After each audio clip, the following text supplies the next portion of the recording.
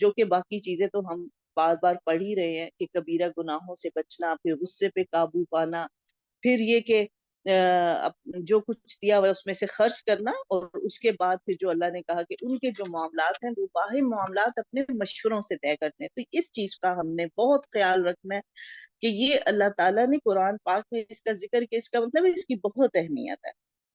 تو ہمیں اپنی زندگیوں میں اس چیز کو بھی لانا چاہیے. دوسری جو بات بہت زیادہ کل جس پہ فوکس کیا گیا تھا وہ یہ تھا کہ اللہ تعالیٰ کی آیات کا مذاق نہ اڑایا جائے. ٹھیک ہے، ایک اسٹوڈینٹ ہونے کے ناطے ہم ابھی قرآن کو پڑھ رہے ہیں، ہم سیکھ رہے ہیں، ہم سمجھ رہے ہیں، ہم ایک دن میں بدلاؤ نہیں آتا، وہ الگ بات ہے، اس کی ہم کوشش کر رہے ہیں. لیکن کسی بھی حکم کو سن کے اس کا مذاق اڑانے لگ جانا، یا قرآنی شاعر یا جو بات کر رہا ہے دین کی اس کا مذاق اڑانا، یہ اللہ تعالیٰ نے بہت ہی ناپسند کیا. اور ہم نے کل کیا دیکھا کہ جہنم میں جس گروہ کو ڈالا جا رہا تھا، جب ان سے پوچھا گیا تو انہوں نے کہا کہ ان کو بتایا گیا کہ یہ تمہیں کس لیے سزا مل رہی ہے کہ تم نے اللہ تعالیٰ کی آیتوں کی ہنسی اڑائی تھی اور دنیا کی زندگی نے تمہیں دھوکے میں ڈال رکھا تھا. بس آج کے دن نہ تو یہ دوزخ سے نکالے جائیں گے اور نہ ان سے کوئی عذر اور معذرت قبول کی جائے گی. تو اس چیز کا ہم نے بہت زیادہ خیال رکھنا ہے کہ کبھی بھی ہم دین کے کسی بھی معاملے پہ یا کوئی بھی دین کی بات جو بندہ کر رہا ہے، ہم کبھی بھی اس کا مذاق نہ اڑائیں. بلکہ کیا کہا گیا، جہاں مذاق اڑایا جا رہا ہے آپ ادھر سے ہٹ جائیں، ایک طرف ہو جائیں. تو اس چیز پر بھی بہت زیادہ ضرورت ہے کہ ہم اپنے معاشرے میں یہ کلچر ہی ختم کر دیں کہ جہاں پہ داڑھی کا مذاق اڑایا جائے یا پردہ کرنے کا مذاق اڑایا جائے یا دین کے کسی بھی حکم کا مذاق اڑایا جائے، ہم اس بالکل کلچر کو ختم کر دیں. کیونکہ دین ایک سیریس چیز ہے، اس کو ہم سیریس ہو کے سنیں، خاموشی سے سمجھنے کی کوشش کریں اور پھر اس پر عمل کی کوشش کریں. بس وہ ایک ختم ہی ہو جائے طریقہ، بالکل ہمارے گھروں سے وہ چیز ختم ہو جائے کہ کسی بھی ہم دیندار بندے کا یا دین کے کسی بھی شاعر کا ہم مذاق اڑائیں. اللہ تعالی ہم سب کو بہترین طریقے سے اس کو سمجھنے اور عمل کرنے کی توفیق عطا فرمائے. تو آج کا ہم سبق شروع کرتے ہیں. آج انشاءاللہ ہم 26واں سپارہ شروع کریں گے. نحمده ونصلي على رسوله الكريم اما بعد فاعوذ بالله من الشيطان الرجيم بسم الله الرحمن الرحيم رب اشرح لي صدري ويسر لي امري واحلل عقدة من لساني يفقهوا قولي. سورة الاحقاف. حامیم تنزیل الکتاب من اللہ العزیز الحکیم. حامیم، اس کتاب کا اتارنا اللہ تعالی غالب حکمت والے کی طرف سے ہے. ہم نے آسمانوں اور زمین اور ان دونوں کے درمیان کی تمام چیزوں کو بہترین تدبیر کے ساتھ ایک ہی مدت معین کے لیے پیدا کیا، اور کافر لوگ جس چیز سے ڈرائے جاتے ہیں منہ موڑ لیتے ہیں. اور جب ہماری واضح آیات پڑھ کر سنائی جاتی ہیں تو منکر لوگ سچی بات کو جب ان کے پاس آ چکی کہہ دیتے تو صریح جادو ہے، انہوں نے خود ہی گھڑ لی ہے. تو اس طرح سے ان کا مذاق اڑانا شروع کر دیتے تھے. لیکن اللہ تعالیٰ اب نبی صلی اللہ علیہ وسلم کو کیا کہہ رہے کہ آپ کہہ دیجئے یہ قرآن اللہ ہی کی طرف سے ہے، اور اگر تم نے اسے نہ مانا اور بنی اسرائیل کا ایک گواہ اس جیسی گواہی بھی دے چکا اور وہ ایمان بھی لا چکا اور تم نے سرکشی کی ہو تو بے شک اللہ تعالیٰ ظالموں کو راہ نہیں دکھاتا. اور کافروں نے ایمانداروں کی نسبت کہا کہ اگر یہ دین بہتر ہوتا تو یہ لوگ اس کی طرف ہم سے سبقت کرنے نہ پاتے، اور چونکہ انہوں نے اس قرآن سے ہدایت نہیں پائی بس یہ کہہ دیں گے کہ یہ تو جھوٹ ہے. تو یہاں پر یہ کہا جا رہا ہے کہ اب ان کے سامنے ہم کچھ بھی کہہ دیں، جبکہ بنی اسرائیل میں سے بھی ایک شخص یہاں پہ عبداللہ بن سلام کا ذکر ہو رہا ہے کہ جو یہودی عالم تھے، جب ان کے سامنے قرآن پڑھا گیا تو وہ فوراً ایمان لے آئے. یہودیوں میں سے بہت ہی کم لوگ ایمان لے کر آئے تھے، لیکن اور وہ یہودی عالم تھے، یعنی ایک اسکالر تھے اس وقت تورات کے، بہت علم تھا ان کے پاس، وہ ایمان لے کر آ گئے تھے. تو اللہ تعالیٰ نے فرمایا کہ اب یہ اس کو ان کو گواہ بھی مل گیا ہے، لیکن کیونکہ یہ پھر باقی علماء کے پاس بھی جاتے تھے اور زیادہ تر کے اندر تو حسد تھا، تو وہ کہتے تھے کہ اگر یہ سچا نبی ہوتا یا قرآن اللہ کا علم ہوتا سب سے پہلے تو یہ لوگ، کیونکہ ان کے پاس علم تھا کتاب کا، لیکن کیونکہ وہ لوگ ایمان نہیں لا رہے تھے تو کہنے لگے کہ اس کا مطلب ہے یہ لوگ جھوٹے ہیں. تو اللہ تعالیٰ نے فرمایا ہم نے تو موسیٰ علیہ السلام پر بھی کتاب نازل کی تھی، اور پھر یہ بھی کتاب اس کی تصدیق کر رہی ہے۔ تو موسیٰ علیہ السلام کے دور میں بھی ایسے لوگ تھے جو کچھ ایمان لائے تھے، کچھ نہیں لائے تھے، تو یہ تو ہمیشہ ہوگا۔ ان الذین قالوا ربنا اللہ ثم استقاموا فلا خوف علیہم ولا هم یحزنون، بے شک جن لوگوں نے کہا کہ ہمارا رب اللہ ہے، پھر اس پر جمے رہے، ان پر تو نہ کوئی خوف ہوگا نہ وہ غمگین ہوں گے، اور یہی جنت والے جو اس میں ہمیشہ ہمیشہ رہیں گے، ان اعمال کے بدلے جو وہ کیا کرتے تھے۔ تو پہلے بھی اس بات کو اللہ تعالیٰ نے بیان کیا تھا کہ جنہوں نے کہا ہمارا رب اللہ ہے، بس پھر اس پر ثابت قدم رہے، اس پر پھر چاہے کوئی بھی مشکل آئے، جو کوئی بھی نقصان اٹھانا پڑا، پھر وہ اس سے پیچھے نہیں ہٹے۔ تو اللہ تعالیٰ نے فرمایا اصل میں یہی لوگ ہیں کہ جن کو نہ تو قیامت کے دن کوئی خوف ہوگا، کوئی انہیں آگے کا خوف نہیں ہوگا، نہ ان کو کوئی غم ہوگا، اور پھر کہا کہ یہی اصل میں جنت والے ہوں گے جو ہمیشہ ہمیشہ اس میں رہیں گے۔ اور کس چیز کا انہیں بدلہ ملے گا؟ جو وہ عمل کرتے تھے۔ تو جنت جو ہے وہ اعمال کا بدلہ ہے، نیک اعمال کا بدلہ۔ یہی جو اعمال ہے اگر برے ہوں گے وہی اعمال جہنم میں لے جائیں گے، اور وہی اعمال اگر اچھے ہوں گے نیک ہوں گے تو وہ آپ کو جنت میں لے جائیں گے۔ تو عمل سے زندگی بنتی ہے، جنت بھی جہنم۔ وہ عمل ہی ہے جو یا تو ہمیں جہنم میں لے جائے گا یا ہمیں جنت میں لے جائے گا۔ تو ہم نے اپنے اعمال کی اب فکر کرنی کہ الحمدللہ اللہ تعالیٰ نے ہمیں مسلمان تو پیدا کیا، ایمان والے تو ہم ہیں، لیکن اب ہمیں اپنے اعمال کی فکر کرنی ہے کہ ہم کون سے کام کر رہے ہیں۔ کیا ہم وہ کام کر رہے ہیں جو اللہ کی خوشی کا باعث ہے، جو ہمیں جنت میں لے جانے کا باعث بنے، یا ہم وہ کام تو نہیں کر رہے کہ جس سے ہمیں اللہ کی ناراضگی مول لے رہے ہیں؟ تو اس پہ اب سوچنے کی ضرورت ہے۔ وَوَصَّيْنَا الْإِنسَانَ بِوَالِدَيْهِ إِحْسَانًا، اور ہم نے انسان کو اپنے ماں باپ کے ساتھ حسن سلوک کرنے کا حکم دیا۔ اس کی ماں نے اسے تکلیف جھیل کر پیٹ میں رکھا اور تکلیف برداشت کر کے اس کو جنا۔ اس کے حمل اور اس کے دودھ چھڑانے کا زمانہ 30 مہینے کا ہے۔ یعنی کہ اللہ تعالیٰ نے ایک عورت کی جو مشقت ہے، اس کی تکلیف کو یہاں پر برداشت کیا کہ کیسے، اور اس کو پورا کہا کہ یہ 30 مہینے کا ہے، کہ جو پریگنینسی ہے 9 منتھ، پھر اس کو اس نے ڈیلیور کیا، اس کی جو تکلیف ہے، پھر 2 سال وہ اس کو دودھ پلاتی رہی، یہ سب ایک تکلیف کا کام تھا، ایک مشقت کا کام تھا۔ اب یہاں پر اس چیز کو بھی اگر ہم اللہ کا حکم سمجھ کر رہے ہیں، یعنی کہ ہم خالص خواتین کی یہ بات ہے کہ اگر ہم اس کو بھی اللہ کا حکم سمجھ کر کریں تو اس میں اللہ تعالیٰ نے ہمارے لیے کتنا ثواب رکھا ہے کہ ہاں یہ جو 30 مہینے ہوں گے شاید ہم بہت لمبی نمازیں نہ پڑھ سکیں، چاہے ہم بہت زیادہ شاید قرآن کی تلاوت کو ٹائم نہ دے سکیں، عبادت کو اتنے اچھے طریقے سے اتنا فوکس ہو کر نہیں کر رہے ہوں گے۔ ظاہر ہے چھوٹا سا بچہ جب ہوتا ہے اس وقت پہ اچانک اٹھ گیا، نماز شروع کی، اچانک اٹھ گیا، اب وہ نماز جلدی جلدی ختم کی کہ اچھا چلو میں بچے کو اٹھا دوں۔ تو چاہے وہ ہم لمبی نمازیں اس وقت نہیں پڑھ رہے، لیکن یہ جو تمہاری مشقت ہے نا، اللہ تعالیٰ نے فرمایا، اللہ تعالیٰ اپنے بندوں کو بتا رہا ہے کہ دیکھو یہ تمہاری ماں نے تم پر کتنا بڑا احسان کیا ہوا ہے، اور اس کے بدلے اس کو پھر کتنا اجر ملے گا۔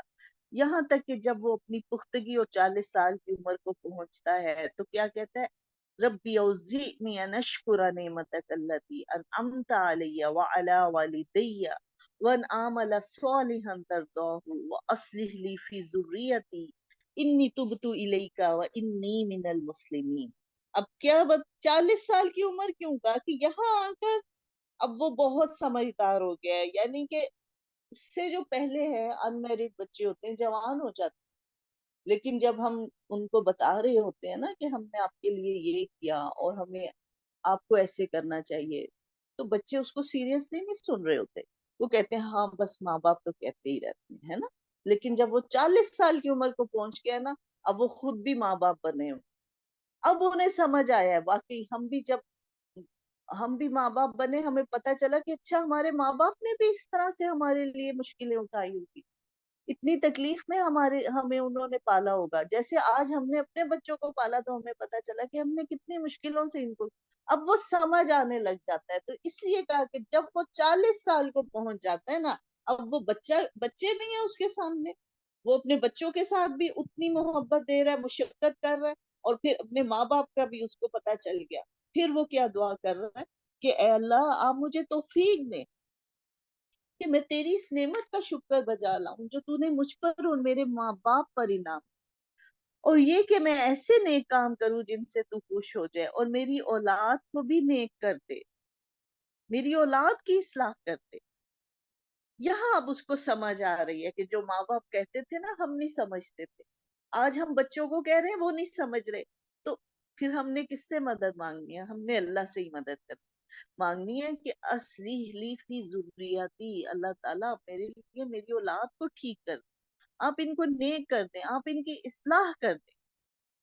انی تبت الیک، میں تو آپ کی طرف ہی رجوع کرتا ہوں، وانی من المسلمین، اور میں مسلمانوں میں سے، میں آپ کا فرما بردار ہوں۔ تو اب یہ سمجھ آ گئی کہ اچھا پہلے تو اللہ کا فرما بردار ہونا کتنا ضروری ہے، اور پھر اپنے والدین سے محبت کرنا، ان کا فرما بردار ہونا، ان کی نعمتیں۔ پھر وہی بات ہے کہ جب ہم اپنے والدین کے لیے دعا کر رہے ہیں، رب ارحمہما کما ربیانی صغیرا، اللہ تعالیٰ ان پر رحم فرما جیسے انہوں نے بچپن میں مجھے پالا۔ اب پھر جب ہم شکر بھی کر رہے ہیں نا، تو پھر صرف اپنے جو مجھ پہ نعمتیں مل گئی میں نے اس کا نہیں، میرے ماں باپ پہ جو تھی نا میں بھی ان کا اتنا شکر ادا کر دوں کہ میرے ماں باپ کو کے درجے بلند ہو جائیں آپ تک۔ اتنا آج میں شکر گزار ہو جاؤں، اتنی میں شکر گزار ہو جاؤں کہ کیسے میرے ماں باپ نے مجھے پالا، میری تعلیم پر خرچ کیا، میرے لیے اچھا سوچا، تو میں کہتی ہوں کہ وہ کتنی بڑی نعمت تھی۔ تو جب ہم نعمتوں پہ شکر کریں تو اس میں بھی پھر ماں باپ کو یاد رکھیں کہ کتنی بڑی نعمت تھے ہمارے ماں باپ، اور پھر جو ماں باپ پہ نعمتیں تھی اللہ تعالیٰ ہم اس کا بھی شکر ادا کرتے ہیں۔